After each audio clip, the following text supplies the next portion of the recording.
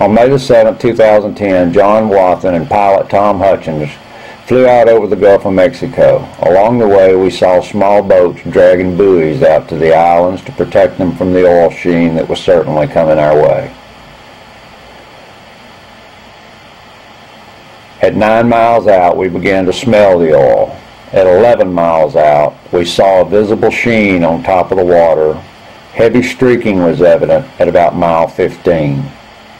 Mile 26, we began to see solid oil on top of the water with a heavy sheen and numerous streaks at mile 34. Mile 87, ground zero. My first view of the site was one of tremendous impact.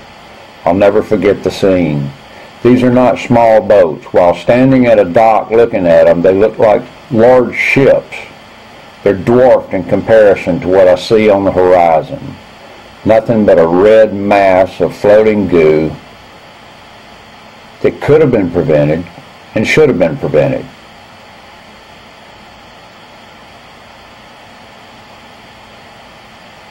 I was horrified when I looked and saw how many boats there were on the horizon that didn't seem to be doing anything at all that was effective. Going around in circles, small boats with booms on the back of them, sent out to gather up oil in what looked like teacups compared to the horizon.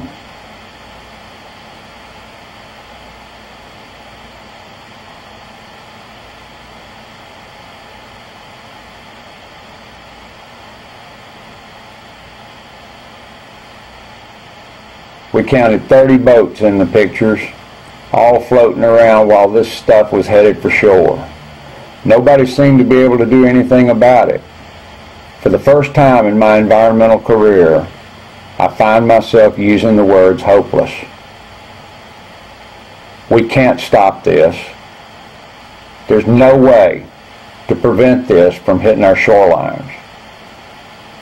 The best I think we can do is minimize the impact, learn from our mistakes. We have to have fuel, we have to have gasoline. The price we're paying now is far too expensive. Safety measures that could have prevented this were not in place. It's time for our government to step up to the plate and take responsibility for what's happening on the shores of our country. Several waterkeeper programs along the coast have already been impacted, and many more are expecting landfall. Along with other environmental groups up and down the coast, it should be mentioned that this is not only an environmental disaster, but a social disaster as well. Fishermen out of work, oyster shuckers, no work, people working the docks, all up and down the coast. People are canceling reservations. Fishing boats are not going out. The economic impact to this event will be incredible and felt for decades to come. No one knows if the fishing will ever recover. No one knows if the Gulf will ever heal from this. One thing for certain, we must learn from the mistakes that have been made here. This cannot happen again. The Gulf appears to be bleeding. Will we ever be able to stem the tide? Will we ever be able to put a stop to this? Will the Gulf ever heal?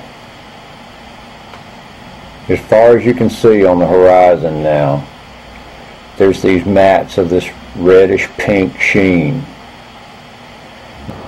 It was easy to find our way back to shore. All we had to do was follow the red. There was a perfect line of it leading from the rig toward the shoreline. Here right off Ship Island and Horn Island, we found sheen behind the islands and in the Sound.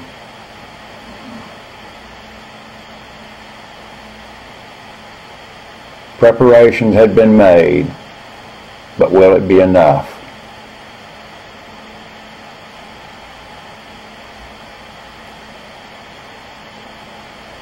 Dolphin Island in Alabama, we saw sheen coming ashore at the far end of the island. That was on May the 7th. On May the 8th, they found tar balls.